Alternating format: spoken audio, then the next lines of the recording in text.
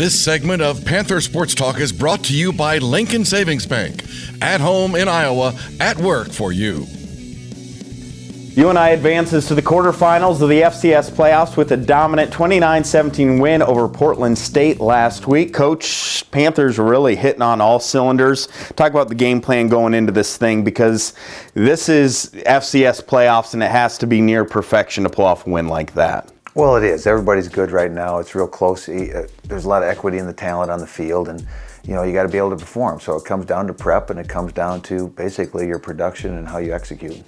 What impressed me one of the most was just mental focus. To be playing that many miles away from Cedar Falls, that late at night, again, in a tough environment. Just talk about what the guys brought mentally in this game. Well, I thought they did a great job, because it could be a tough trip if you allow it to be one. And we went in there the night before, had our meetings, that type of thing, and kind of extended some of those things to get our body clocks right.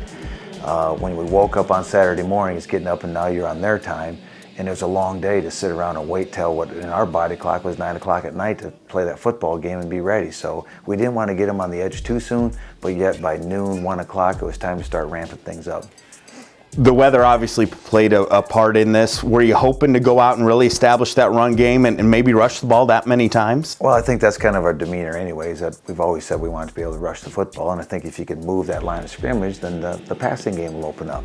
And we hit that first pass when we went after them and we got the pass interference. I thought that was big, because they like to get in there and hold and grab at the line of scrimmage, so that loosened up that coverage. And then we had a couple chances later to complete it across the middle, dropped them, but yet it was the threat of it that kind of opened things up.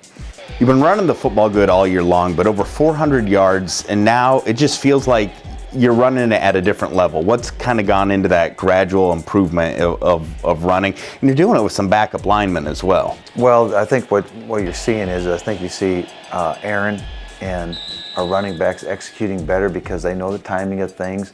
I think you see our offensive linemen have more patience with their blocks because they know how to set the block up, and maybe how these linemen are slanting and inside, outside, and trying to stem on them. And they have enough patience now to kind of weather that before they make their move on them. Sure. So it's timed up better just because of experience. 3 big plays, over 50 yards rushing, getting those big plays, big touchdowns. How important were those in the balance of this football game? Well, the big run was Aaron's quarterback draw out of the empty set, and at that time we needed something to happen, and he popped that run on him. And then in the third quarter, we couldn't move the ball. We couldn't even get a yard.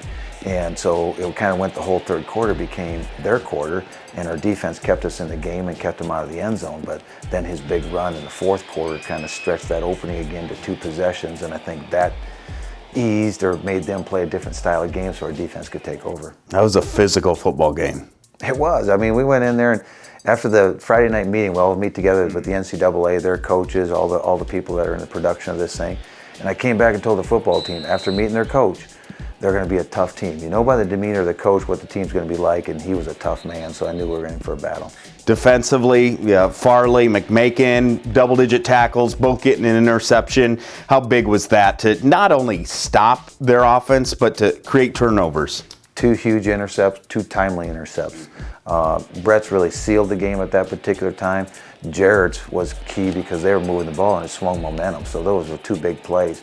But they did lead our team in tackles, and what I would tell them and what I'd tell everybody, it was our defensive line getting that penetration that allowed them to play downhill, made them really look good, but the D-line did an excellent job.